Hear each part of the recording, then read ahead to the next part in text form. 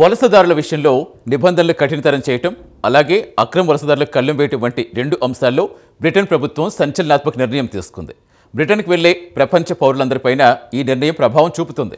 అయితే బ్రిటన్కి వెళ్లే భారతీయుల సంఖ్య చాలా ఎక్కువగా ఉండడంతో దీని ప్రభావం భారతీయులపై ఎక్కువగా ఉంటుంది. యునైటెడ్ కింగ్డమ్ హోంమంత్రి షబానా మహ్మూద్ చేసిన ఈ ప్రకటన 50 ఏళ్లలో బ్రిటన్ తీసుకున్న అతిపెద్ద ఇమిగ్రేషన్ సంస్కరణలుగా భావిస్తున్నారు. సింపుల్గా చెప్పాలంటే బ్రిటన్లో ఉండడం అనేది ఇకపై హక్కు కాదు, అక్కడ వసతి పొందేందుకు అర్హత సంపాదించడమే అన్నమాట. అందుకోసమే ఇప్పుడు ఆర్జించిన సెటిల్మెంట్ అనే వ్యవస్థ ప్రవేశపెడుతున్నారు. ఈ పద్ధతితో వలసదారులు అధికంగా బ్రిటిష్ పౌరులు కాకముందు వర్తించే వస్తువులేవి ఇకపై వర్తించవు. ప్రభుత్వ బెనిఫిట్స్, సోషల్ హౌసింగ్లకు అర్హులు కాదని షబానా క్లారిటీగా చెప్పేస్తారు. కాగా కన్జర్వేటివ్ ప్రభుత్వ కాలంలో వచ్చిన అధిక వలసలతో 2030 నాటికి 16 లక్షల మంది వలసదారులు సెటిల్మెంట్కి అర్హులవుతారు. ఇందులో భారతీయులే ప్రధానంగా ఉన్నారు. 2023లో యూకేలోకి వచ్చిన 2.5 లక్షల మంది వలసదారుల్లో భారతీయులే అత్యధికులు. వారిలో ప్రధానంగా ఉద్యోగాల కోసం, విద్య కోసం వచ్చారని office for national statistics ONS ఒక రిపోర్టులో తెలిపింది. యూకేలో భారతీయులు అతిపెద్ద ఎథ్నిక్ మైనారిటీ గ్రూప్గా ఉన్నారు. వీరి జనాభా 20 లక్షల కంటే ఎక్కువే. యూకే ప్రభుత్వం తీసుకున్న కొత్త నిర్ణయం ప్రకారం 2021 నుంచి యూకేలోకి వచ్చిన 20 లక్షల మంది వలసదారులు ఇకపై పర్మనెంట్ సెటిల్మెంట్ కోసం 10 ఏళ్లు వేచి చూడాలి. ఈ క్రమంలో ఈ ఏడాది పర్మనెంట్ సెటిల్మెంట్ కట్ ఆఫ్ టైంను రెట్టింపు చేస్తామని ప్రకటించడం గమనించాలి.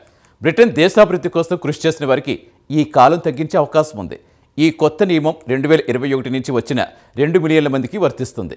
ఆసక్తికర అంశం ఏంటంటే కీర్ స్టార్మర్ హయాంలో యూకేలో ఉన్న వారికి తాజా సెటిల్ స్టేటస్ నియమం వర్తించదనే మరో క్లారిటీ ఇచ్చింది. 2022 నుంచి 24 మధ్య హెల్త్ అండ్ సోషల్ కేర్ వీసాలపై వచ్చిన 6,16,000 మంది, అలాగే వారి డిపెండెంట్లు 15 ఏళ్ల బేస్ లైన్కు గురవుతారని తెలుస్తోంది. అలాగే చట్టాన్ని దురుపయోగం చేసిన వారికి, వ్యవస్థను దుర్వినియోగం చేసిన వలసదారులకు శిక్షలు కూడా భారీగా పడబోతున్నాయి. ప్రభుత్వ బెనిఫిట్స్పై ఆధారపడ్డవారు సెటిల్మెంట్కు 20 ఏళ్లు వేచి ఉండాలి. ఇది ప్రస్తుత 5 ఏళ్ల కాలం కంటే 4 రెట్లు.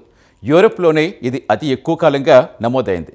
సరైన డాక్యుమెంటేషన్ లేకుండా ఉన్నవారు, వీసా ఓవర్స్టే చేసిన వారు 30 ఏళ్ల దాకా వేచి చూడాలి.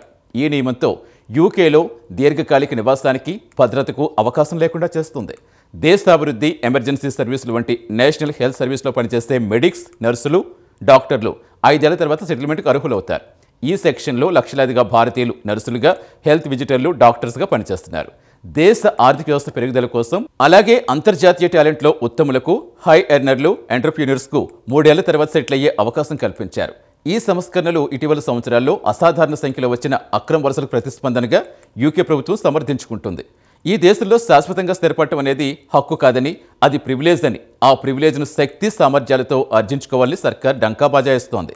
మొత్తానికి బ్రిటన్ సర్కార్ తీసుకున్న ఈ నిర్ణయం ఆ దేశ ఆర్థిక, సామాజిక వ్యవస్థపై ఎలాంటి ప్రభావం చూపిస్తుందో వేచి చూడాలి.